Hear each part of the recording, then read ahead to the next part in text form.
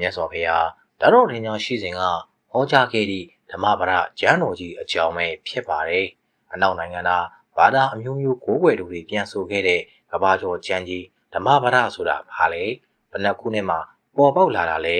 ဓမ္မပဒကျမ်းမှာရရှိနိုင်သည့်အကျိုးတရားတွေကဘာတွေလဲဆိုတာတွေကိုပြန်လဲ sharing လုပ်သွားပေးမှာဖြစ်လို့ဒီဗီဒီယိုကိုအဆုံးထိကြည့်ဖို့ပြောချင်ပါတယ်ခင်ဗျာဓမ္မပဒဆိုတာဓမ္မတရားပဒခြေရာအခြေခံလမ်းကြောင်းခါတာအစု၍ဓမ္မပဒတွေဗုဒ္ဓ၏အခြေခံတရားဘာသာတရားကျင့်စဉ်ဂါထာစုတရားညွှန်ပေါင်းဟူ၍ဖြစ်သည်ထိုကျမ်းကြီးသည်မြတ်စွာဘုရားသခင်တတ်တော်ထင်ရှားရှိစဉ်45ဝါတော်ကာလပတ်လုံးမှာကြုံတွေ့ခဲ့ရတဲ့ကျွတ်ထိုက်လူတို့အားဟောကြားတော်မူခဲ့သည့်တရားဒေသနာဂါထာတော်အစုစုတို့ကိုစုပေါင်းထားတဲ့ဗုဒ္ဓတရားတော်နိဗ္ဗာန်ဘုတ်တရားအစီအနှစ်များပင်ဖြစ်သည်ဘယ်နှခုနှစ်မှာပေါ်ပေါက်လာခဲ့တာလဲဆိုရင်ဓမ္မပဒကျမ်းသည်ခုတ်တကနိကေ၏ဒုတိယကျမ်းစာဖြစ်၏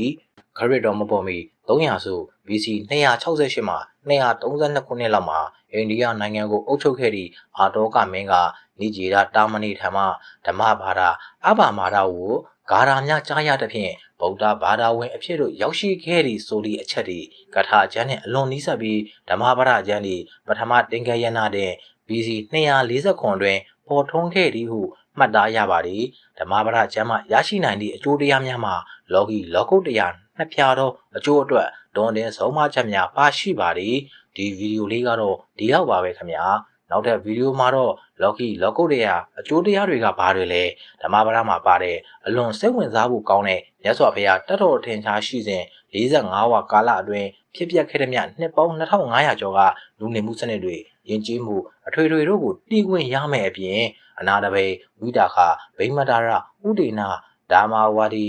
အာဃာလူလင်တို့၏ဇာတ်ကြောင်းဝတ္ထုများကိုပါဖတ်ပြပေးတော့မှာဖြစ်လို့ကျွန်တော်ရဲ့ YouTube channel Sharing by မိုးတက်တင်နဲ့ TikTok channel MB မြန်မာ Book Audio ကို like follow subscribe လေးလုပ်ပေးခဲ့ပါဦးခင်ဗျာ